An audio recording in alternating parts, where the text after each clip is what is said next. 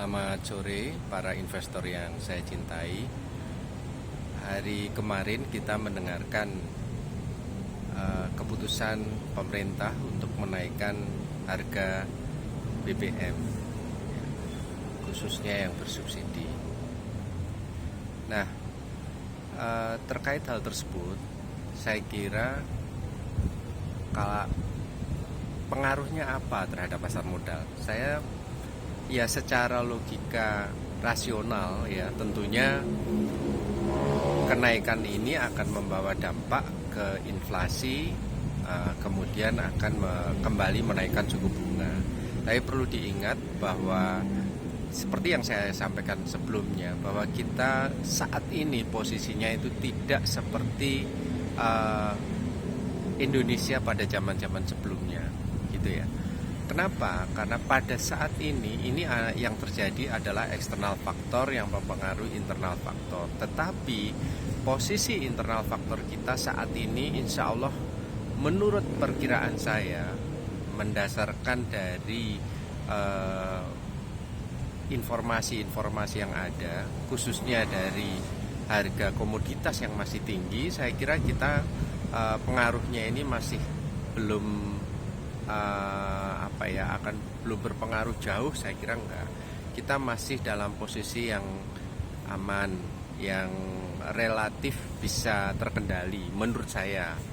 Ya, sepanjang ini bisa diterima oleh semuanya. Ya, tidak ada yang melakukan sabotase dan lain-lain. Nah, kebutuhan atas stabilitas ekonomi ini menjadi penting agar kalaupun terjadi inflasi itu bukan inflasi yang karena sabotase atau karena apa kan gitu ya, tapi inflasi yang murni disebabkan oleh eksternal faktor yang membuat harga komoditas naik sehingga kondisinya seperti ini ya. Memang ini menimbulkan pro kontra, tapi saya pada pendirian saya yaitu posisi saat ini Indonesia masih cukup baik dengan kondisi harga komoditas yang relatif masih tinggi. Kenapa perkiraan saya masih cukup tinggi? Karena meskipun ada indikasi harga-harga komoditas dimulai turun ya, tetapi kita bisa melihat bahwa perang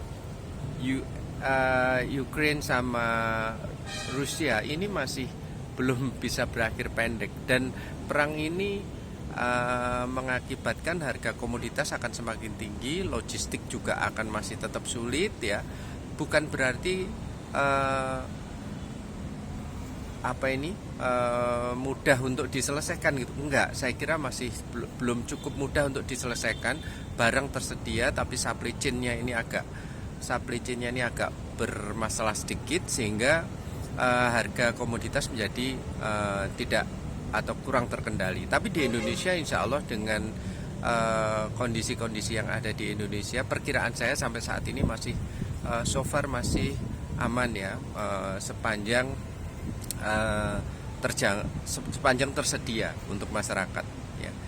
Apapun kalau kita bahas lebih jauh secara geopolitik yang dihubungkan dengan ekonomi, tentu kita ingat ya, sekitar Februari yang lalu ketika Rusia itu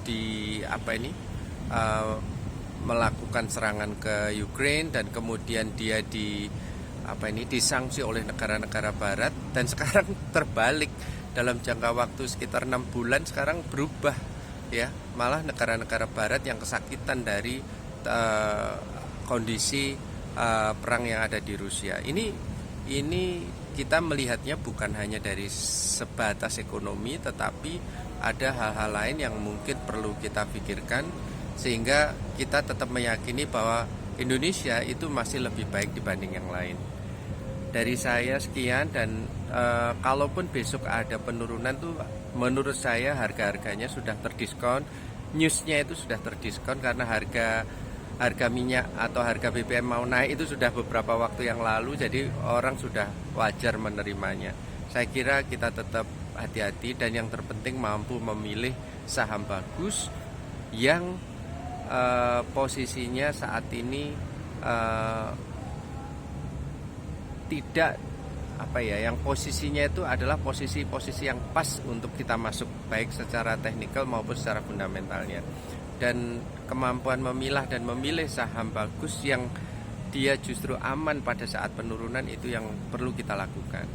Ya, saya kira dari saya itu ya, risiko-risiko tertinggi itu biasanya di saham-saham yang blue chip yang pegang asing ya, mungkin asing keluar dari market sehingga dia akhirnya tidak bisa mempertahankan harganya di harga yang sekarang. Tapi kalau ada pembeli lokal yang berani mengambil, ya itu pasti keseimbangan pasar akan terjadi kembali dan kita akan